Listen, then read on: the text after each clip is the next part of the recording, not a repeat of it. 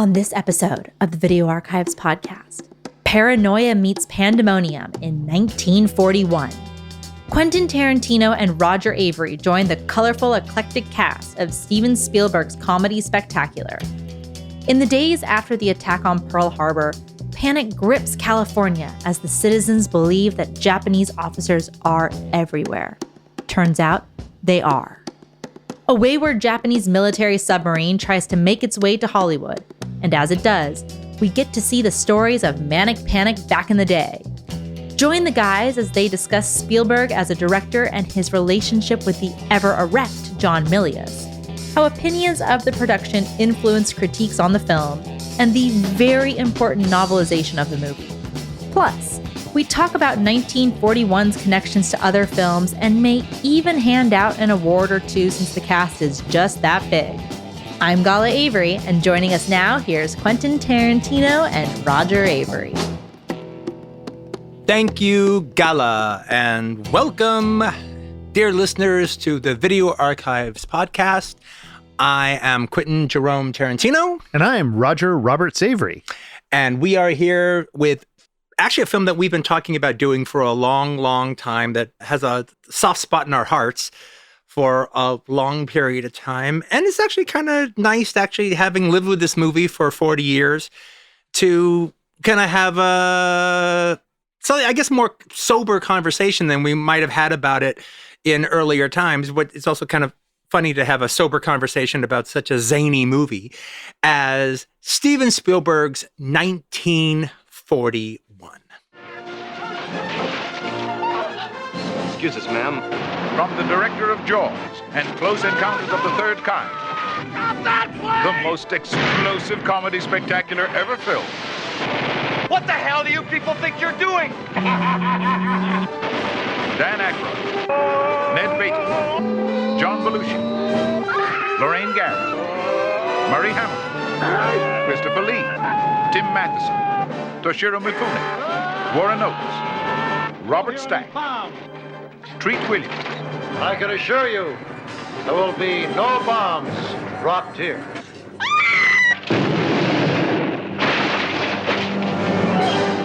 Boy, that was fun! Universal Pictures and Columbia Pictures present an 18 production of a Steven Spielberg film. 1941. Sayonara, sucker! Quentin, you know this was a movie that had heavy play whenever I worked in the store. It kind of was a perfect store movie. Oh, yeah. Because it's so cut up into these little vignettes, and you can just it's easy to watch. You can come in or out at any moment and have a good time. And there's always like something big, loud, and brassy, all right, going on for the customers to like, hey, what's that? And, this was a movie that, I mean, when it came out, for me, Spielberg could do no wrong. I mean, this is coming on the heels of Close Encounters. Mm-hmm. To me, Close Encounters was, he was unlike any other movie I'd ever seen. He was more the wonderkin than any director had ever been before. Yeah, I mean, if Jaws hadn't been big enough. Mm-hmm. And then he follows it up with he follows an even more personal movie, Close Encounters, that is almost as big. I, like everyone by this point, you know who Steven Spielberg is. Mm-hmm. You know, after his TV career, his awesome TV movies. Well, I would say even more than that, because for the aspect that, like, in 1977, Close Encounters was a really, really big deal. But it also had to exist in the shadow of Star Wars that had just come out. But it fought its own fight and presented itself as its own epic, and then it just completely cemented science fiction. Yeah. As the prestige genre going forward for Hollywood, and especially New Hollywood, now that they could pull off these things. But as good as the direction of Star Wars is, and it is very good, he knows what he's doing, and he tells the story really well. It's incredible storytelling, visual storytelling. He does his storytelling really, really well. But, he's, as much as he's taking from Kurosawa, he's also taking from Ken Anakin. He's also taking from, journeyman directors to tell the story. Phil Carlson doing his Swashbucklers. Yeah. Close Encounters was a directorial vision of an immense magnitude. So its success is even more in the lap of the wonderkin great director Steven Spielberg. Yeah, and it's a thesis statement. It's a philosophical film as well. And so at this point, Spielberg to me is easily one of the most interesting, most exciting. I can't wait to see what he's done next. And then begins to happen as the film is kind of gearing up into its release, because it was such a large production and a kind of Huge epic. An epic, huge, epic, monstrous production that had grown so large and unwieldy that started becoming part of the story. The conversation of it. This was like one of the first times for me that like the conversation about the production of the film became... Its budget. Became a negative, though, that they were like actually talking about it like, well, you spent so much money that's negative. And I'm like, well, why is that a problem? He believes his own hype. He's gone crazy. He's undisciplined. And he's indulged. And I look at a lot of that now as they had been writing stories about him and building him up. And now it was like everyone was eager to kind of figure out what that story arc was going. And it's easier to tear somebody down. And I feel like it was completely unjust, because when I went and saw this film, what I responded to was, oh my God, like what I loved about it was how completely free Spielberg felt. Loose, like in a way that I'm not sure he ever was again after the... I don't know about that. I think he's pretty fucking loose in E.T. Well, yeah, I mean, I just mean in the framework of a comedy, in the framework of a mad world style. But his work is like mine. He'll have some of the funniest bits you're going to see in a given year, but he doesn't necessarily make comedies. All right, but like the comedy motor is always part of his. Roger Avary could watch 10 1941s made consecutively by Spielberg. I would actually... I could watch 1942, 1943, 1944, I would actually say the real sequel to 1941 is Indiana Jones and the Temple of Doom. Well, yeah. That's done in the same manic style and the same commitment to comedy and the same comedy set piece after. And actually, it's more controlled. Well, I mean, he actually learned some lessons from 1941 and he brings them to bear on Temple of Doom. After what was something of a critical drubbing that he received after 1941, which I, again, don't feel was really justified, he kind of went off and like nose to the grindstone, and he came out with another one of the greatest films of all time, Raiders of the Lost Ark, even before Temple of Doom. I know you're such a huge Temple of Doom fan. I mean, but it literally is the 1941 aspects about it that I like so much. Well, yeah, I see what you're saying. That loose, free. And almost everything is set to comedy until all of a sudden children's hearts are being ripped out and eaten. But even that is completely free in a way that is somebody just like going wild with it and having so much fun. And you can feel all of that fun through this film. Well, let me just go back to what you were saying. Now you can just watch it. But then it was kind of impossible to divorce yourself from the word and the talk about the movie. Every once in a while, it doesn't happen that often, but it used to happen enough. Every 1 or 2 years would be a big, giant extravaganza movie that there was a lot of talk about. And then the critical word is that it's a disaster and that it's a flop. And when I say the critical word, I'm basically talking about the big newspapers, the head critics of the LA Times and New York Times, Chicago Sun-Times. That was the big critics of the day. The Newsweeks and the Time kind of like put it down. I mean, I looked in Films and Review to find a review for it, and they didn't even acknowledge the movie that year. And it became. I remember I was like they acknowledged Sextet, and they didn't acknowledge 1941. Well, I remember actually. I doubt there was a situation in my neighborhood or in my school. We were talking about the reviews of 1941, but I had just started the James Best Theater Center, my first professional acting school. And like the head teacher, Jack Lucarelli, had just seen it. And he was talking shit about it. Like everyone, like the Hollywood people were talking shit. Oh, it was terrible. Only Slim Pickens' part was the only part that was any good. It was just completely unfunny. It was a big disaster. And I even remember James Best showed up once and I asked him, I thought he'd maybe had done a TV movie with Spielberg. And I go, did you do this TV movie with Steven Spielberg? And he goes, who's that? And then like his girlfriend said, He's that guy who directed that terrible John Belushi comedy in 1941. So that was like sort of the word. Now, to counter that word was ever so slightly Pauline Kael. Now, she didn't review 1941. Unfortunately, it fell during her period of time where she only reviewed movies for like 6 months of the year. Well, that's really a tragedy because she could have been the banner that turned the tide a little bit. Well, it's interesting because she doesn't like this kind of movie. And I don't, and I think she would have actually, if she were writing the review for it, she would have been very tough on it, as she was very tough on the Blues Brothers. Yeah. All right, because that did fall under her tenure. But since she didn't have to review it, she was like on the Tom Snyder show or something. And he's like, "You're a big fan of Steven Spielberg. What did you think about the big disaster that he had with 1941? Just describe." That's how it was put to her. Led with the word disaster. Yeah, because that's how it was thought of.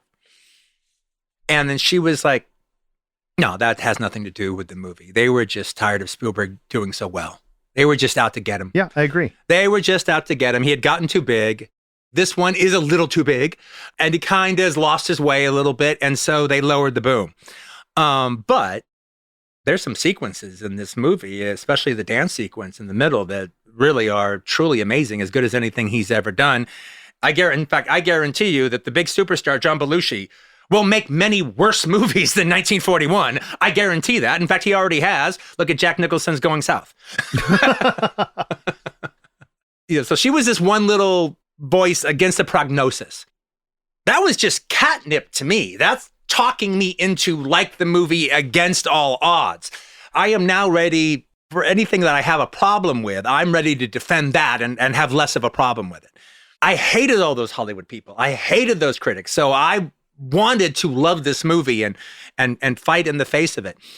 And oddly enough, I actually think, even though this movie came out before we started officially working at Video Archives, that was more or less our archival position on 1940 when Lance supported it. Lance championed it, not vigorously, not as much as the Blues Brothers, but he championed it quite a bit. Blues Brothers was way more his but he definitely championed it. But to him also, the Saturday Night Live people, the John Belushi's, the Dan Aykroyd, they were the Beatles of comedy as far as he was concerned. So they were a cultural zeitgeist. Well, we defended it in a way that when it came to home video, it was on us then to turn it around. Yeah. I mean, that's the reason it was playing all the time, is so that I could be one of the people to say when somebody came in, "Oh, you thought this was a disaster? Well, check it out again.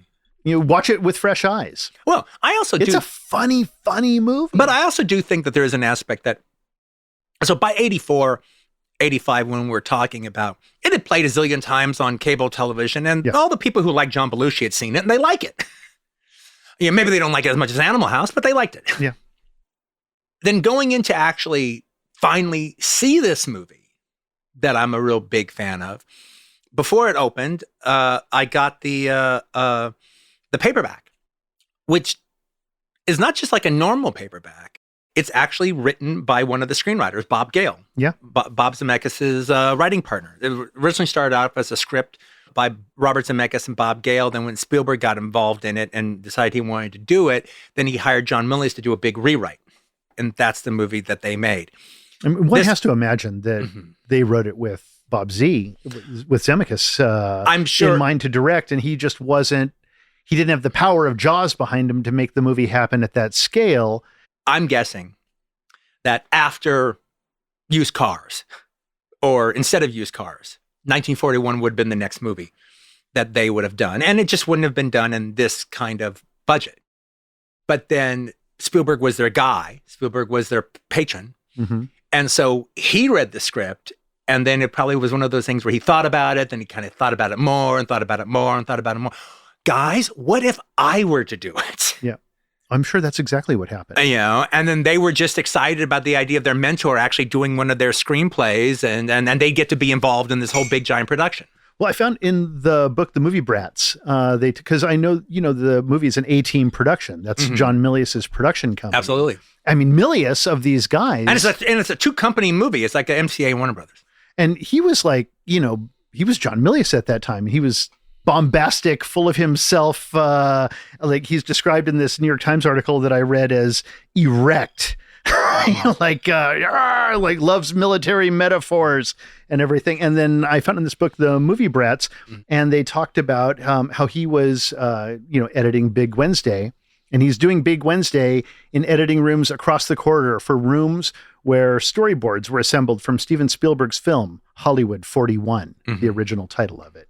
Milius works with Spielberg, shoots with him, goes sometimes to parties with him, and Spielberg nudges him affectionately in the corridor. You, Spielberg says, you're just a producer now. It's actually kind of interesting to me that John Milius kind of coming onto this film and his bombastic nature. I mean, he is the movie. He is the movie, but everybody in this, it's the Zemeckis Gale crowd. They're all coming out of I Want to Hold Your Hand. Well, and if they're not coming out of I Want to Hold Your Hand, they're coming out of John Landis's Animal House, including John Belushi recreating his character, Tim Matheson recreating his character, and John Landis himself playing a character.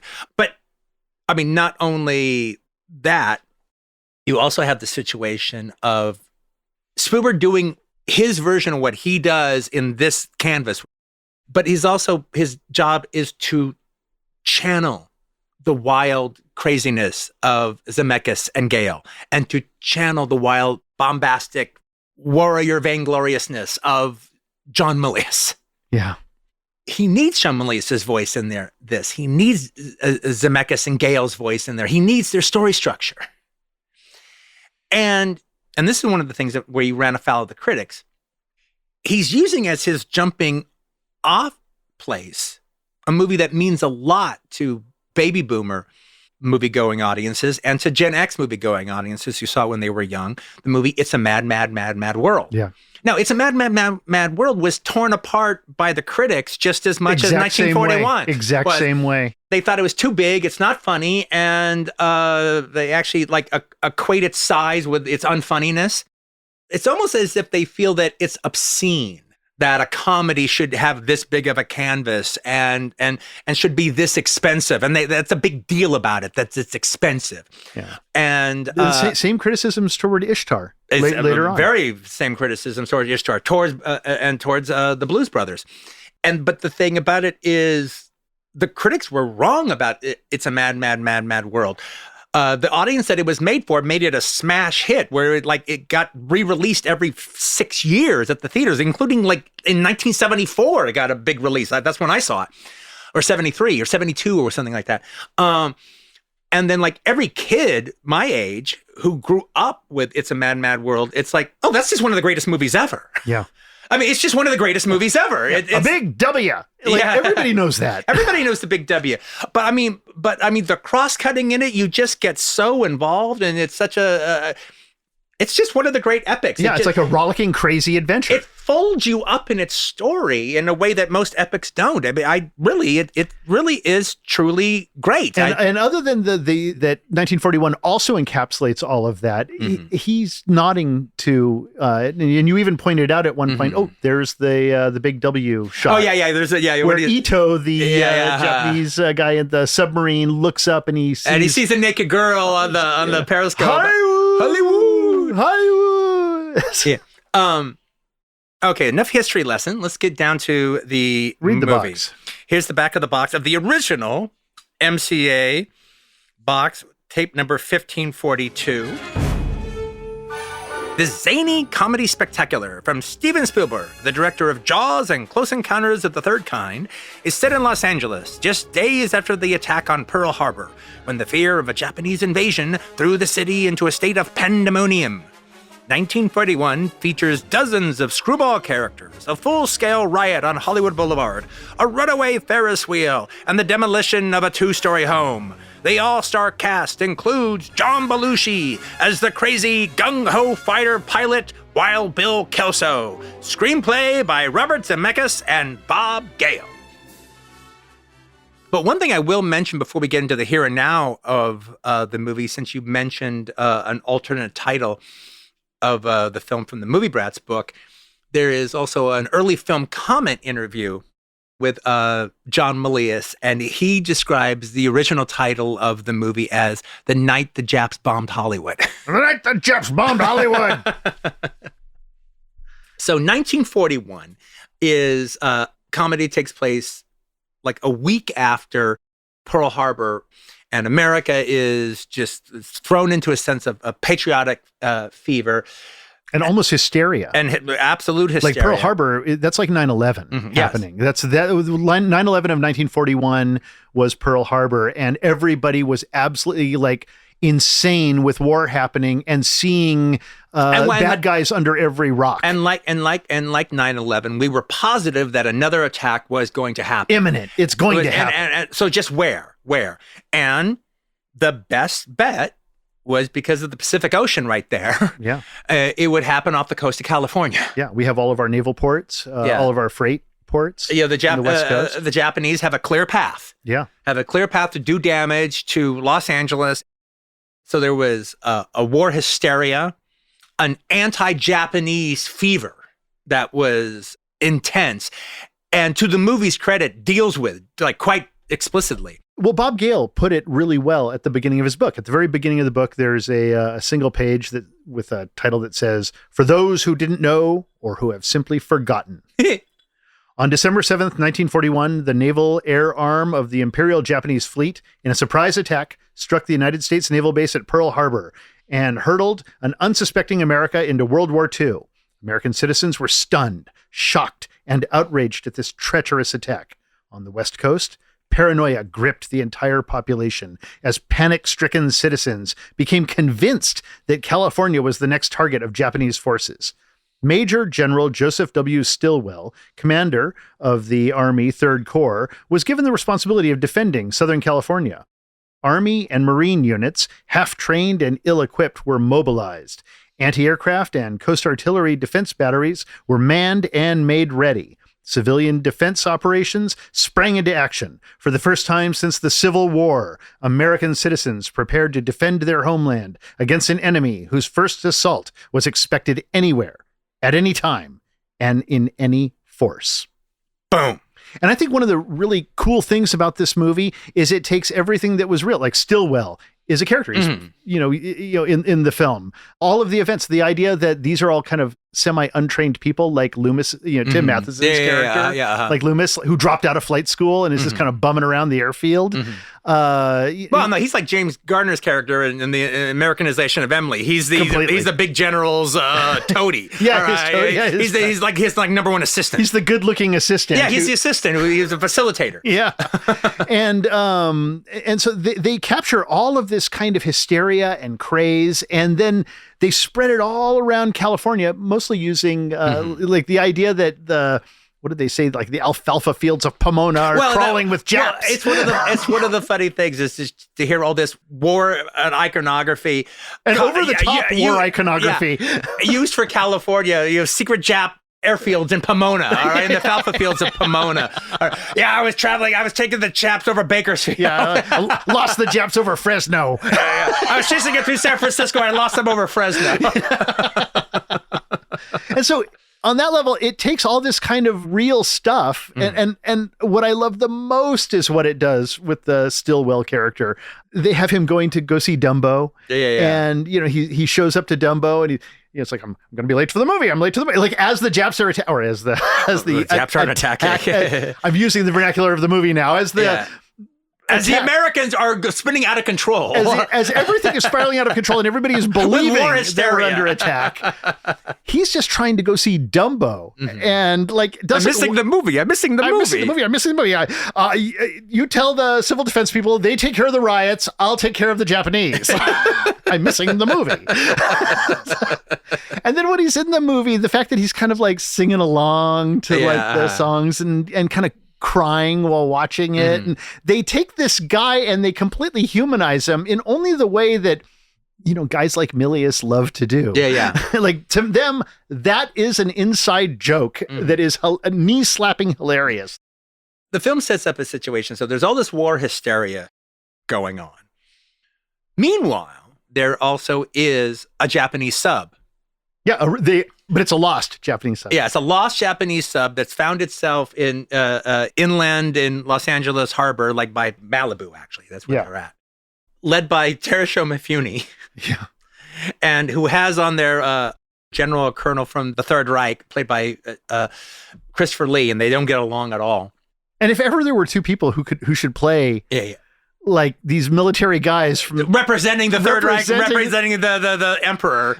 It's just amazing how perfectly cast. Well, okay, yeah, the thing, well, it's you can tell this what a kick Spielberg's getting out of directing Terasho Mifune. Who, by the way, doesn't speak English. Mm-hmm. You know, he did a number of movies where he spoke English, and he only approached it musically, he said. He just learned it like music. Okay, so the movie opens up, and we're on a beach, presumably in Northern California.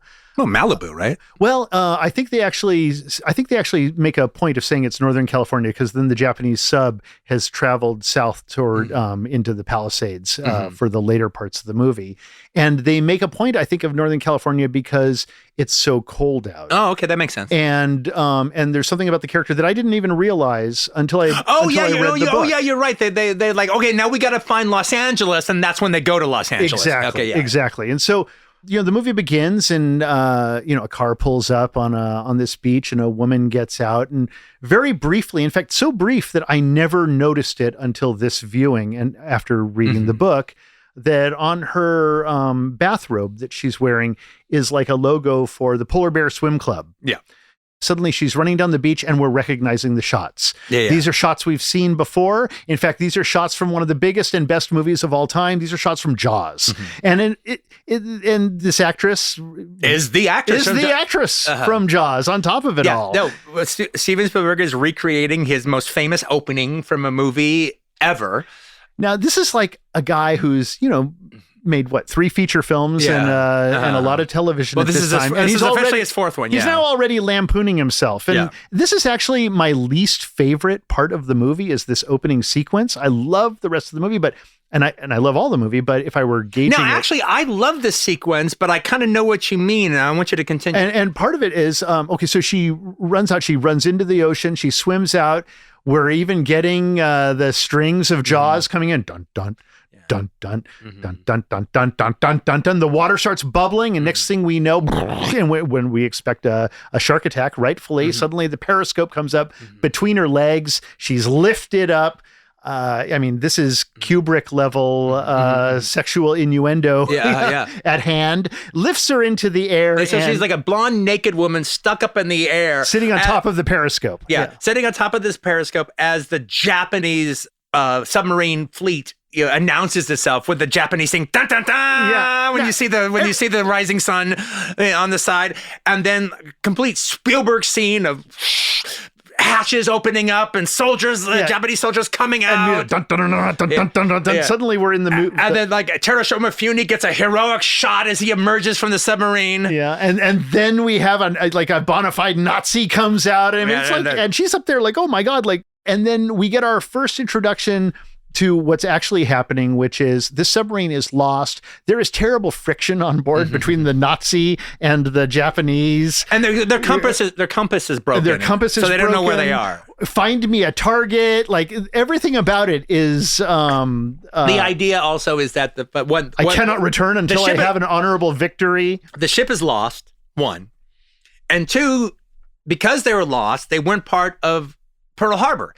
So with like the entire fleet coming back with nothing but honor, they can't return back to Japan until they've done something of honor. Yeah, and everything on board is breaking, and it's like, it's all this like bad German technology you've sold us. And so there's Spielberg almost announces right up front that we're in It's a Mad, Mad, Mad World type comedy with that shot of Ito, the Japanese steward, who looks up and he's the only one on the Japanese ship who sees her, and his immediate impression is Hollywood. Yeah, and then it's Hollywood. And it has the same music sting that you have when you see the giant W in It's a Mad, Mad, Mad World. And so what Spielberg is doing right up front is he's letting us know, 1, I'm not taking myself too seriously.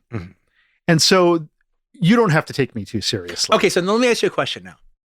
You prefaced that by you don't really care for that scene. What is it about the scene you don't care for? It's exactly what I just said, which is I feel it's necessary. It's a necessary scene because it's Spielberg basically making a number of thesis statements toward what to expect out of the movie. Mm-hmm. But to me, it was like when I first saw it, I was just watching it. I was like, oh, he's just doing himself again. He's kind of making fun of himself. But how did you feel the other day? When I watched it the other day, look, I'm an older filmmaker now. I'm an older guy now. I look at it. I now realize what he was doing is he was kind of announcing how to find our bearings inside of this movie.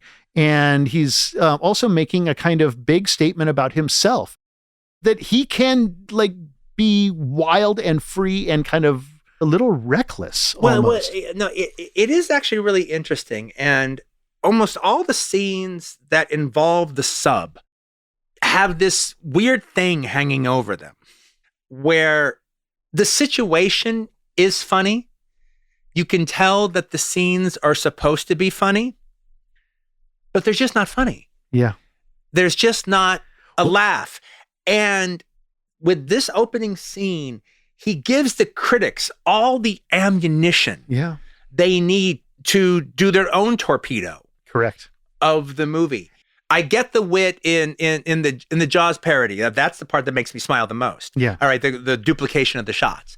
And her, I liked her. I love her in it. I think she's amazing. If Nancy Allen doesn't win Best Supporting Actress, I think she should. All right, I really, really love her. That girl in the movie. I appreciate everything that happens. I appreciate the way it's filmed, but I don't really laugh. And you think you're supposed to, but while I'm not laughing, I'm digging everything. The way the John Milius score kicks in, dun dun dun dun dun dun dun dun dun dun, even with a bit of a Japanese military theme about it.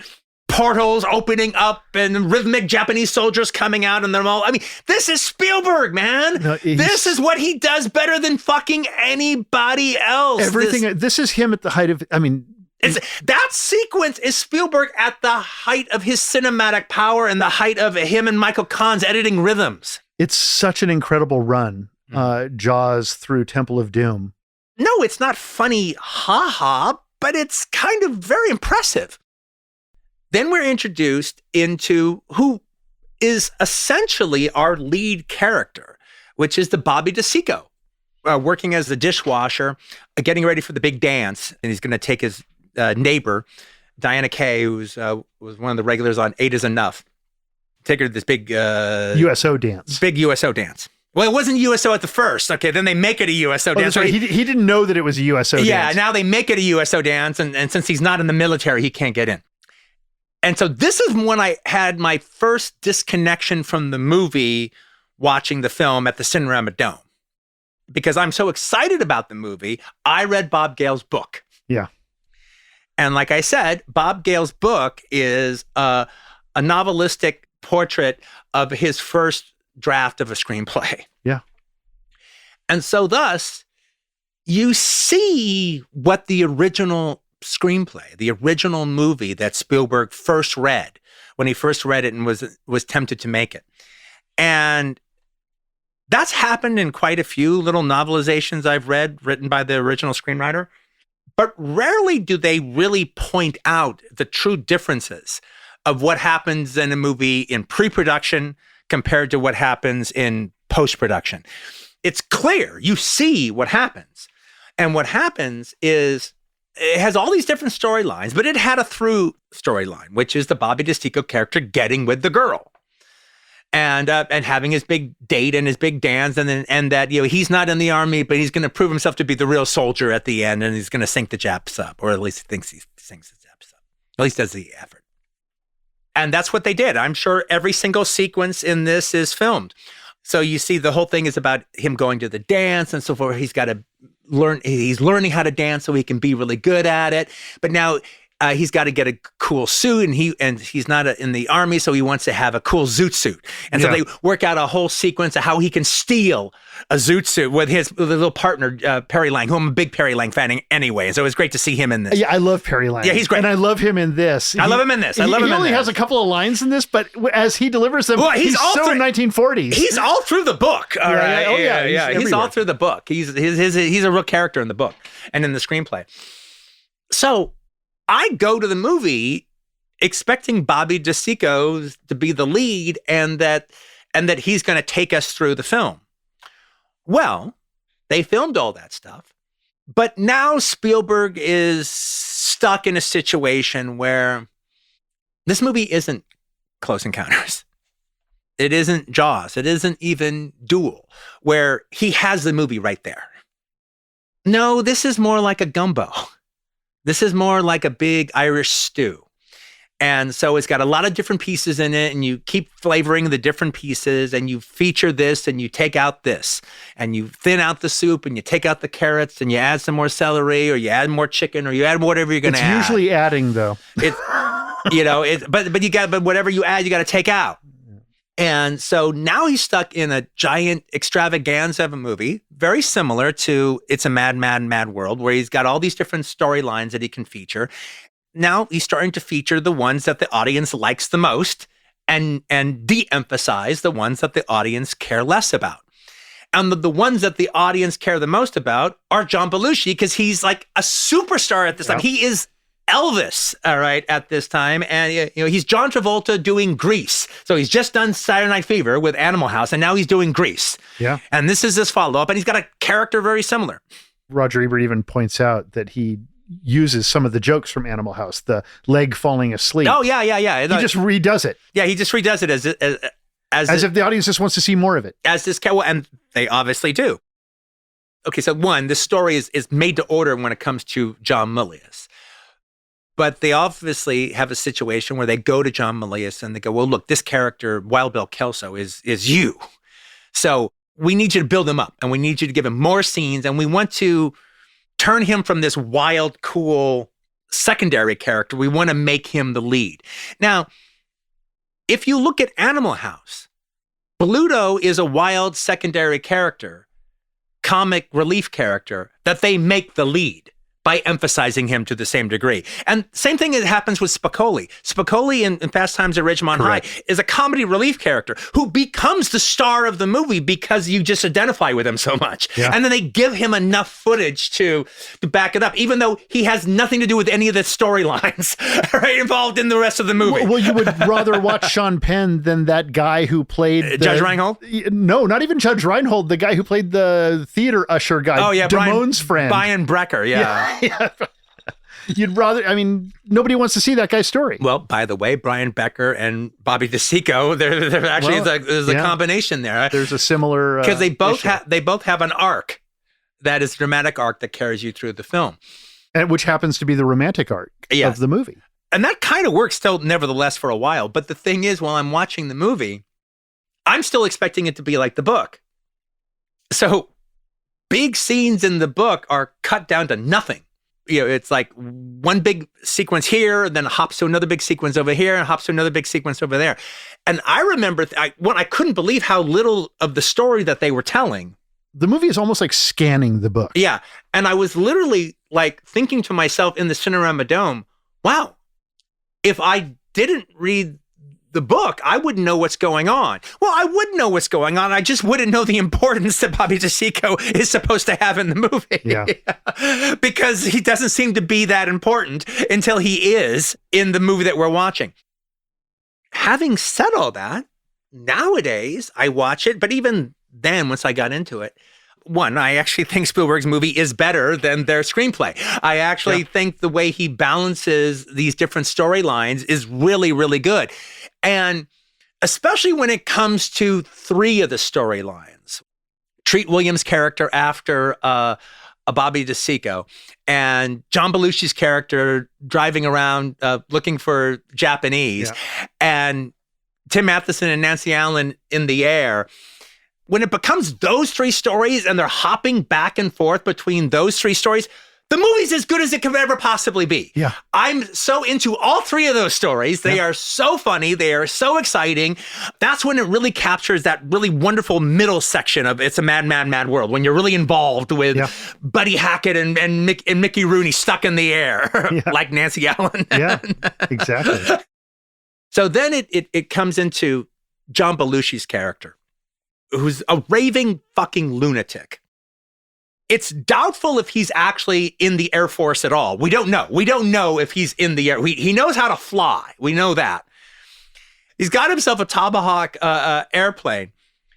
Did he steal that airplane? That's not for sure. Is it a homemade Tomahawk airplane that he built himself? That is entirely possible. In this reality. In this reality, I actually like the fact that we don't know. Yeah, or was he part of a flight crew that just went off on his own, just went nutty and went off on his own? But he is positive that he has been chasing the Japanese across California.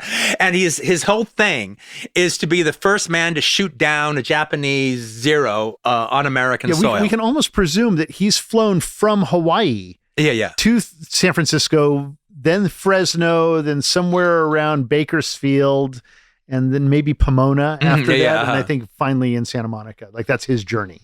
And he's a nut, but he's not a liar. He thinks he's been chasing the Japanese through San Francisco. He thinks he stopped a Japanese bombing attack in San Francisco. And he might have. Yeah. That's just it. He might have. It's possible. It's not impossible, but it's a probability. Then the other big thing set up is the idea that there's a motor pool led by Dan Aykroyd's character, Sergeant Tree. Who in the real world is a refrigerator repairman. Yeah, exactly. And he's a really interesting character because Wild Bill Kelso is the comic version of a John Milius like character. Sergeant Tree is like the real John Milius. If the real life guy, if he were in this story, he would be talking like I don't want to see Americans fighting Americans. There's nothing I hate more than no. But even him going through the entire history of the war leading up to now. Oh okay, well, this started in Manchuria. Yeah. Well, all of that is that's just John Milius. And by the way, I think the Sergeant Tree character is really short-sighted. In the course of the footage when it comes to this movie, in one huge big way that I'll describe when we get to it. Mm-hmm. But I actually think this might be Dan Aykroyd's best performance he's ever given in a movie. He is so fantastic, and it's sad that his character gets taken out. Oh, I agree. When he gets knocked out and just turns into a bumbling fool. Yeah, and then the whole movie tends to kind of that's the worst part of the film. Unravel. That's when the movie unravels. Is when he gets nailed. That's when the movie is actually suffers from flop sweat. But before then, when we see him at the diner. When he first meets Bobby DeSico. He's so good in the diner. Bobby DeSico has basically insulted Treat Williams' character without really trying. He's just dancing. He's jitterbugging around. Yeah. He's like, what do you got to dance about? And what are you dancing about when we're dying overseas? And he's wearing a Hawaiian shirt with a Pearl Harbor on it, which is like considered bad taste, especially around the military. Exactly, and especially like in the days following. It's like a FU punk rock. He's getting ready. Yeah. He's getting ready for a dance contest. Like, how come you're not in the military? Treat Williams is. I mean, he's they get into a big fight. It's Treat Williams Satarsky, which is like he's like a Bluto character in a Popeye cartoon. Yeah, or the wolf, maybe. Yeah, like completely violent, like quick to go into a full-on rage. You've got John Candy. You've got Frank McRae, another John Milius regular. You've got Mickey Rourke, who's throughout the entire movie maybe has one line, if that. But he's background. But he's in the background throughout the whole thing. Chilling in the background like Mickey Rourke. And then a guy that I can't remember his name, I think it's Walter Otarski or something, Orlonsky or something. But I remember him when he was on a couple of sitcoms at the time. But he plays the John Belushi character in the Chuck Vincent movie Summer Camp. And Summer Camp is a really good Animal House ripoff. And he plays the John Belushi character in that. There are people just plucked out and put into everything here. And then they go to Ned Beatty's character's house, who's the father of Diana Kaye, who's the object of everybody's obsession, because he has a house right on the Pacific Palisades. In the Pacific Palisades on a hilltop that overlooks POP Park, the Pacific Ocean Park. Exactly, and so they were thinking, hey, this would be a perfect strategic place to set up our anti-aircraft gun. And his delivery, his military-like delivery of that weapon to Ned Beatty, never do not be sure to touch the... Oh yeah, that was great. That was like good. His whole... be sure not to do this. Never load the thing. And under no circumstances ever take the seaport fee and put this lever into this position and then press down firmly. and it just shows the level of craziness that this war was in this moment that we're going to put a gun at your house and then what ends in up your backyard. And then what ends up happening is the Treat Williams character meets the Diane Kay character, and then they kind of have a thing. And then Bobby DeSico shows up, and then he's received as persona non grata, and he's thrown out. And then Wendy Jo Sperber, who is Diane Kay's best friend, incredible in this movie, sees Treat Williams, and she kind of loses her mind. That's the man for me. And that sets up the whole comic situations of what's going to happen for the rest of the night. One of the things about Bobby DeSico's character, because we were talking about who is the lead and what happened and why not him. And I went back and I looked at his character description, his introduction in the novelization. I thought I could find something there about him. And it basically came right out and said it's something that I didn't really put together so much as I was watching it. Quote from the book: "Whether Wally Stevens was a greaser in the true sense of the ethnic slur, which is to say that he was of Mexican descent, couldn't really be confirmed. Wallace Stevens was an orphan, and he didn't know who his real parents were. He was certainly dark and quite good looking, but he could easily be of Italian background. Whatever his racial origin, Wally didn't worry about it and wouldn't have mattered anyway, because old man Malcolm would have called him a greaser even if he had been of pure Swedish stock." That's the guy. That's a Dub Taylor who character. owns the place. So now in that diner scene where all those characters are introduced, Bobby DeSico and Sergeant Tree's motor pool, where I run afoul of the critics who put down the movie, where I run afoul of them is their bad faith in putting down the movie. It seemed like they really wanted to they had an agenda going. Yeah, they had an agenda to teach Spielberg a lesson. Some of the things that they use as examples are right on. One of the problems with the movie, and it's big time in that sequence, but it's in a lot of other sequences, but it really shows off in a big way in that sequence. Spielberg overdoes the big comedy aspect of it. Everything is a sight gag.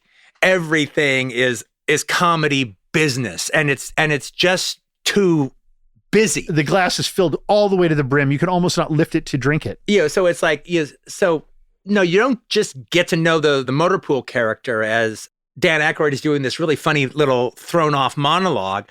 No, we still have to see John Candy take a meatball and put it in a spoon and flick it across the room, and then it falls in a bowl of a green pea soup that covers the wimpy soldier's glasses. And so when a fight breaks out, naturally in this thing, it's going to bump into a soldier who's got a big birthday cake there, and his face is going to go into the cake. And then there'll be a whole thing about his face covered with cake, and then Dub Taylor's going to go and clean it off. And it's so much business. It's just so much busy comedy. Watch out, he's got a leg, with the chicken leg. And it's just not funny. It's busy, and it's not funny, and it's a little obnoxious. What Spielberg's suffering from here is the exact same thing that Peter Bogdanovich suffers from in Nickelodeon. Now, with What's Up, Doc, Peter Bogdanovich was able to shoot the kind of comedy that he wanted, taken from older style films, and he pulls it off with just the right, everything is funny, everything is a line, everything is a little comic double take. And for as much as he does it, it's very disciplined. And then when he does Nickelodeon, he tries the same style, but he overdoes it. And everything is a sight gag. Everything is hitting a rope and falling. Everything is pies in the face. Blake Edwards does this too. But what Spielberg does in 1941 is exactly connected to what Bogdanovich does in Nickelodeon. The movie inside of Nickelodeon is actually quite good. Yeah, I love Nickelodeon. And is actually quite touching. It's just all this constant comedy business. Every actor has a little bit. And by the way, you can tell that actually Spielberg really likes Nickelodeon because some of those comic actors are in 1941. Yeah. So along with the whole idea that if there's a rope, somebody's going to get clotheslined on it. If you see a cake, somebody's face is going to go into it. Yeah. All right. If you see whipped cream, somebody's going to get whipped cream in the face. All that comedy business. You also have the other thing that I'm surprised that Spielberg does it to the degree he does it, is he's constantly having every member of the cast look into the camera and scream, "Ah!" I don't know who ever thought that was funny, but apparently a lot of people directing comedy over the years have thought that that was funny. And he literally has every character in the movie look into the camera and scream. And I think they even had a trailer. Yeah. It was just people screaming. Oh, yeah. Christopher Lee. "Ah! Trisha Bavune. Ah! Ned Beatty. Ah! John Candy. Everybody,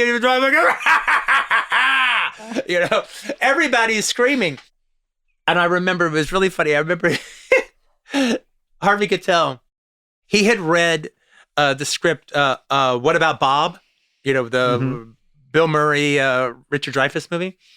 And he goes, I really wanted to play the psychiatrist in that. I thought that would be an interesting role for me, and it would be, people wouldn't be expecting it, and I thought I had a really handle on it. And so I tried to get together with Frank Oz to meet him, talk about it, and it just never happened.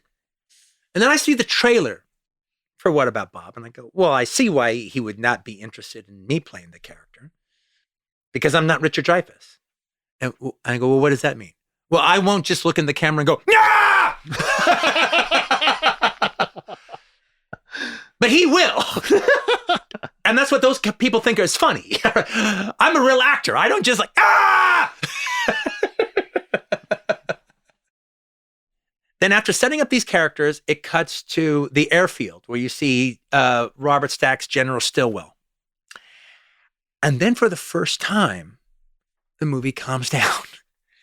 It's not antic. It's not crazy. Stillwell is played by the most normal, balanced. Yeah, it's Robert Stack not giving a comedy performance at all. He's his voice of sanity.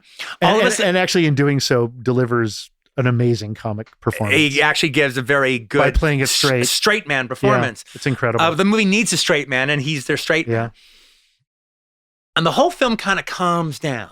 Finally, we can sit back in our seats and let the story tell us a little bit, as opposed to shoving stuff in our faces.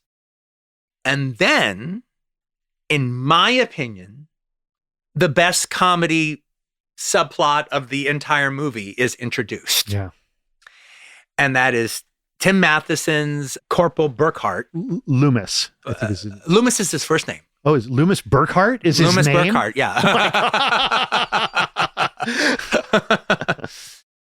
I'm just going to speculate at this out loud. I think both Donna and Burkhart are both the assistants of General Stilwell. Yeah. They're both assistants. They're always vying for a top position of a kiss-ass assistant. Yeah. Everyone knows what big Nancy Allen fans we are. But there also is this aspect of Tim Matheson recreating his role of Otter in this, because it's basically he's Otter. He's from Otter. Animal House. He's Otter from Animal House, and but during 1941. Yeah, so it's what happened to Otter. So he's Otter's father. Yeah. No, he's Otter's father. That's right. Of course, it's backwards. It's Otter's father. Yeah, he would be Otter's father.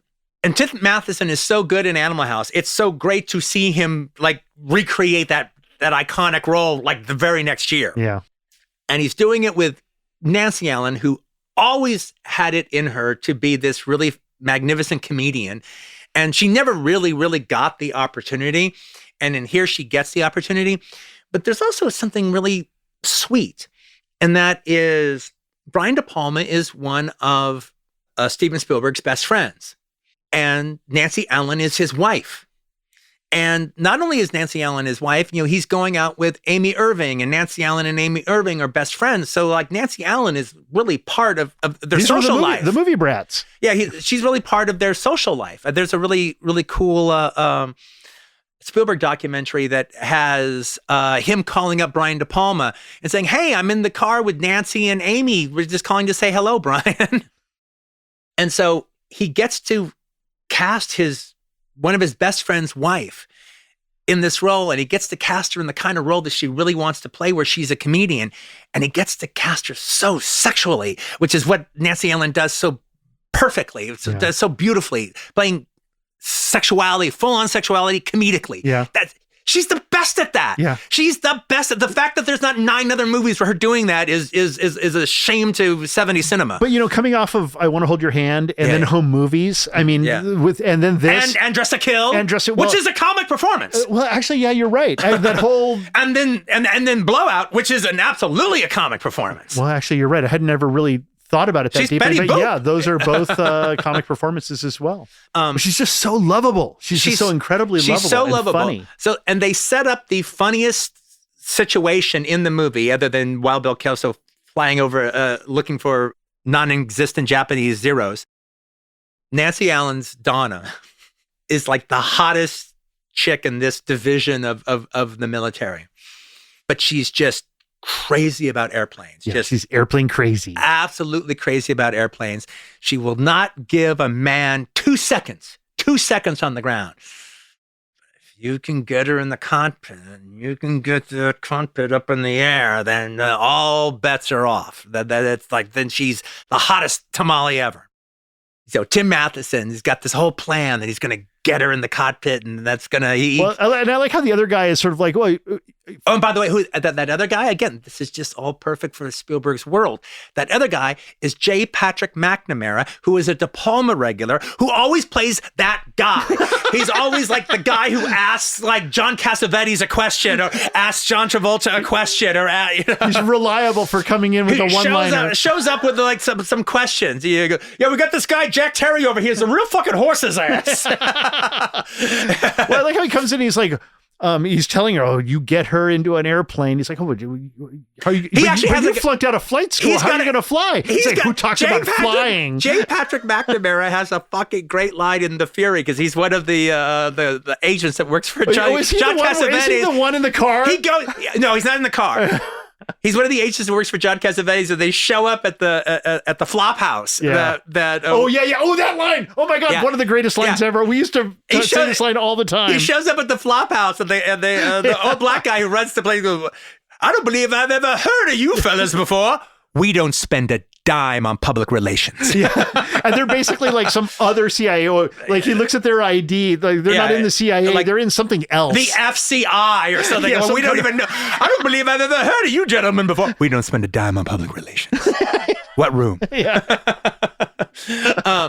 Yeah, so that's that guy, all right, playing that guy. Oh, he's fantastic. And he's fantastic. He's a wonderful straight man. He does it again here. He knocks it out of the park in setting up the perfect line for Tim, setting up the plot, really. Yeah, setting up the plot. Of the entire plot for Tim Matheson. Okay, now, 4 years later, this entire storyline will be the big moment in Porky's. Yeah. This is the Porky's. It's the Porky's bit, all right, of if you just get Kim Cattrall, she's a hot PE teacher. She doesn't give any guy a tumble normally, but if you get her in the locker room, well, what's just get her in the locker room and then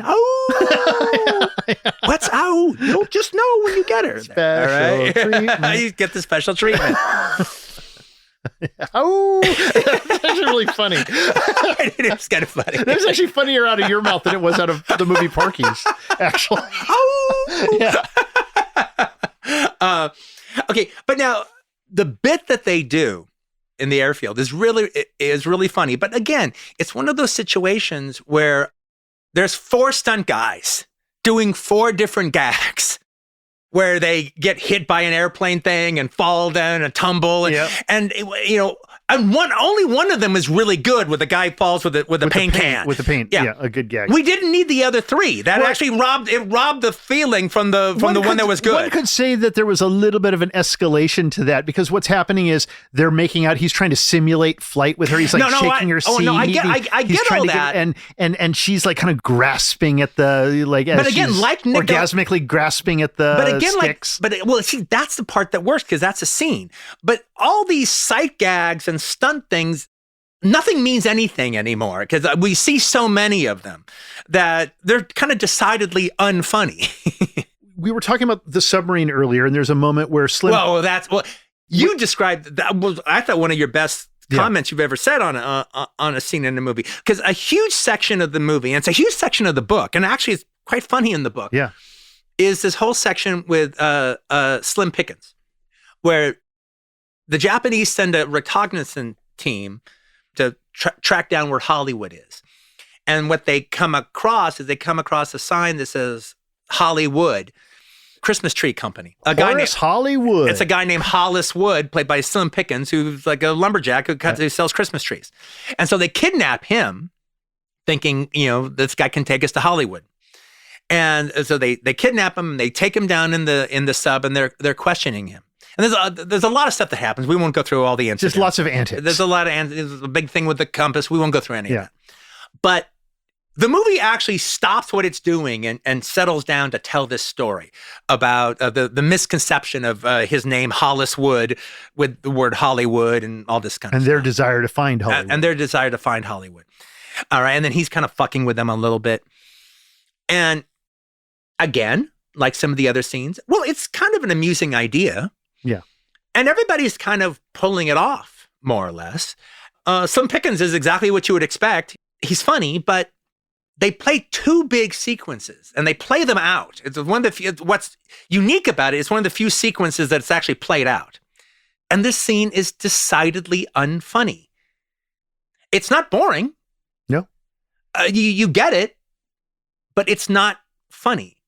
But then you pointed out something. At one point, Slim Pickens he's swallowed a compass, and he's in the bathroom. They put him in the toilet, and the Japanese are like, a man needs to have his time. He'll do it. And the German is like, let's just cut him open. Yeah. Open it up. And they're like, no, he will do it. And so they're waiting. And Tarisha Mifune is just like, with every slapstick gag that occurs, it's less and less honorable, this mission.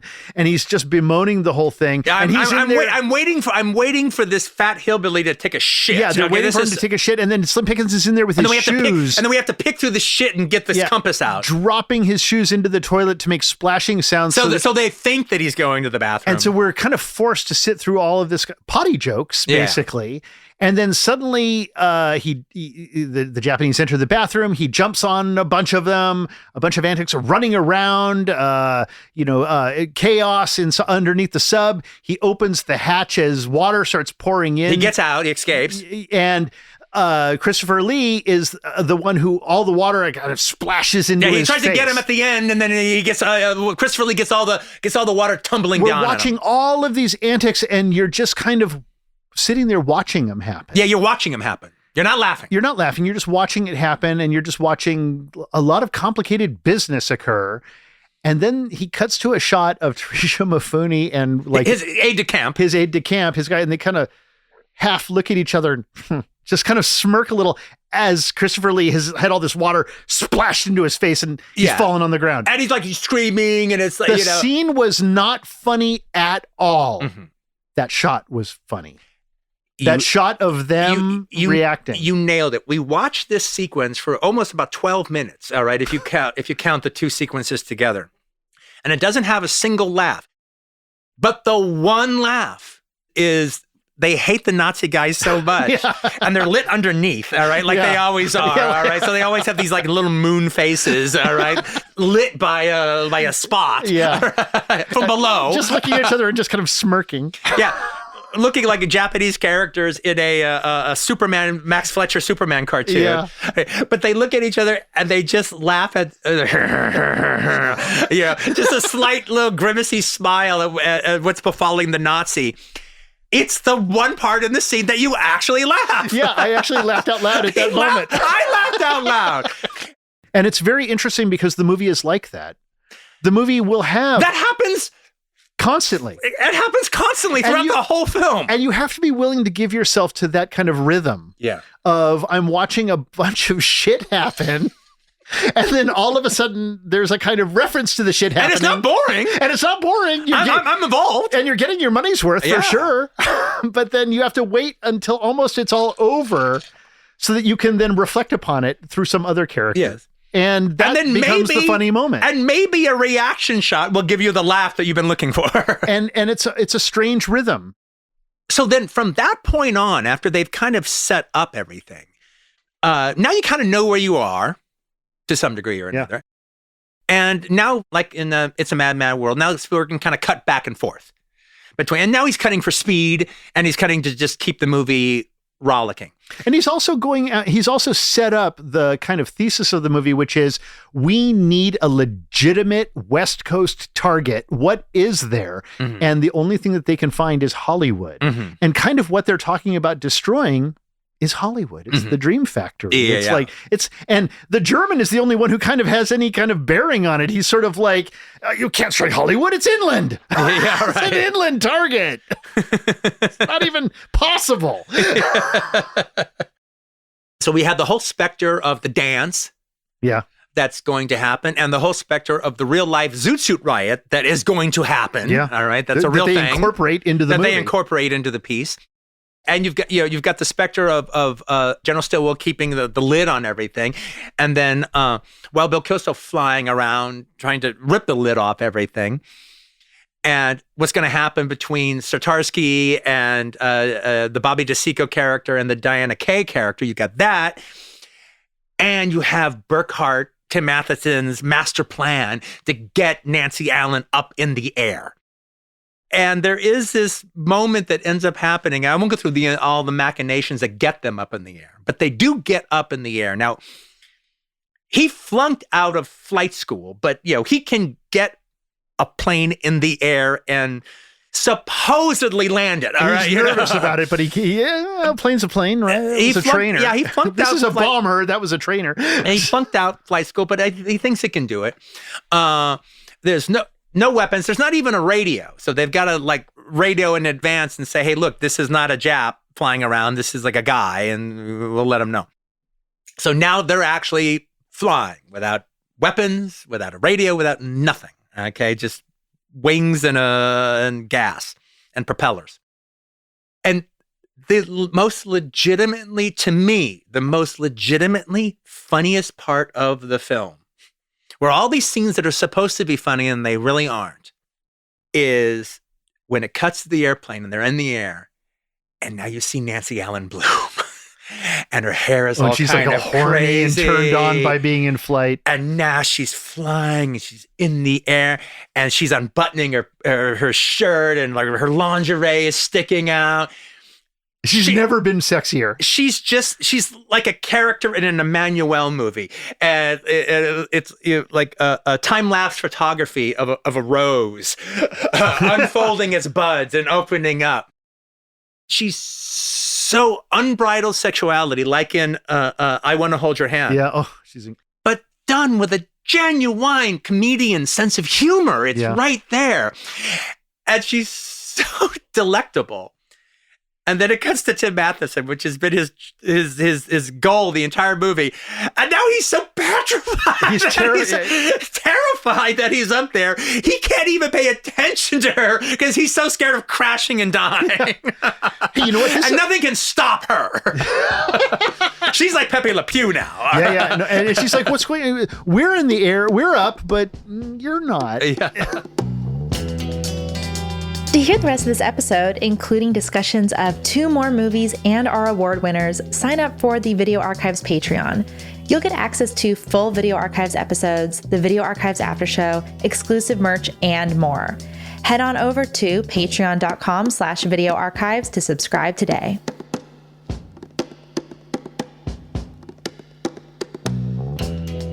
The Video Archives podcast is hosted by Quentin Tarantino and Roger Avary and produced by Josh Richmond and Gala Avary. Find out more about the show and get Video Archives merch at videoarchivespodcast.com. You can also find us on Twitter at Video Archives and on Instagram at Video Archives Pod.